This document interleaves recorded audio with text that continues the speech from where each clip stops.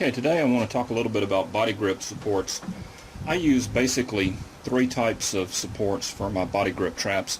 I use killer clips, I use stabilizers, and then again I just use plain old sticks depending upon the situation.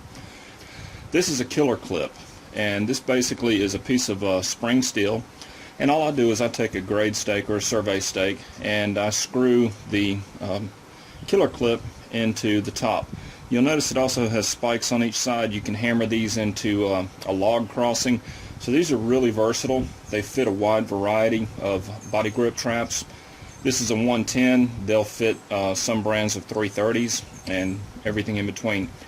And when I'm using 110s, I'm pretty much a BMI guy. These traps are not easy to find, but I think they're some of the most sensitive traps that you can buy, which is important when you're trapping mink.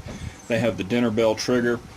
But every body grip trap brand has slightly different dimensions.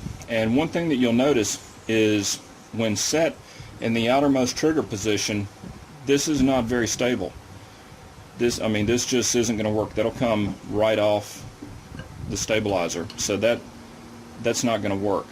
Now if I try and move this to the second trigger, I can get it, but that's extremely tight. And that has made my tension, my trigger tension, go way up, which when I'm trapping mink, that's not what I want. I want a very sensitive trigger. So out of the box, these killer clips are not going to work with my BMI 110s. I'm going to have to modify and bend these a little bit to get it like I want it, so that I can use the outermost trigger and not have all of this this flop and wiggle here.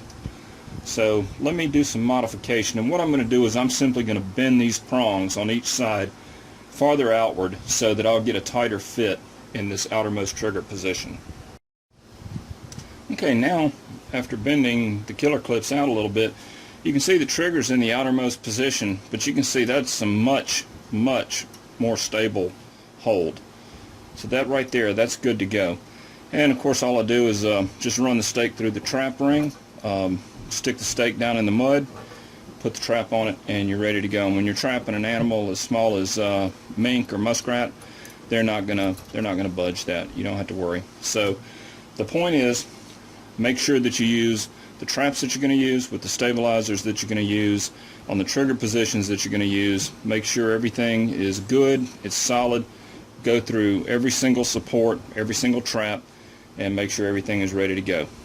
Just a quick tip. Hope that's of use. Okay, now here is the same killer clip that once it's been modified to fit my BMI 110s on the outermost trigger.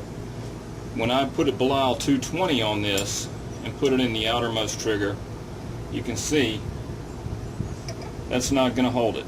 That won't even begin to stay on there. However, I can use my Belial 220s on the innermost trigger for these, and for me that's okay. This is my preferred otter trap. I love these 220s. Anything that gets its head in a Belial 220 is going to be waiting for you the next morning right there. And you can see I just take a piece of wire and wrap it around the trap stake right there, and with the cable and a swivel on it. So anyway, this is one thing that I can use for both traps. I can use the killer clips on the grade stakes, and they'll fit all of my 110s and they'll fit all of my 220s. So that's just a way I can standardize it and make sure that I know when I grab something it's going to work when I get out in the field.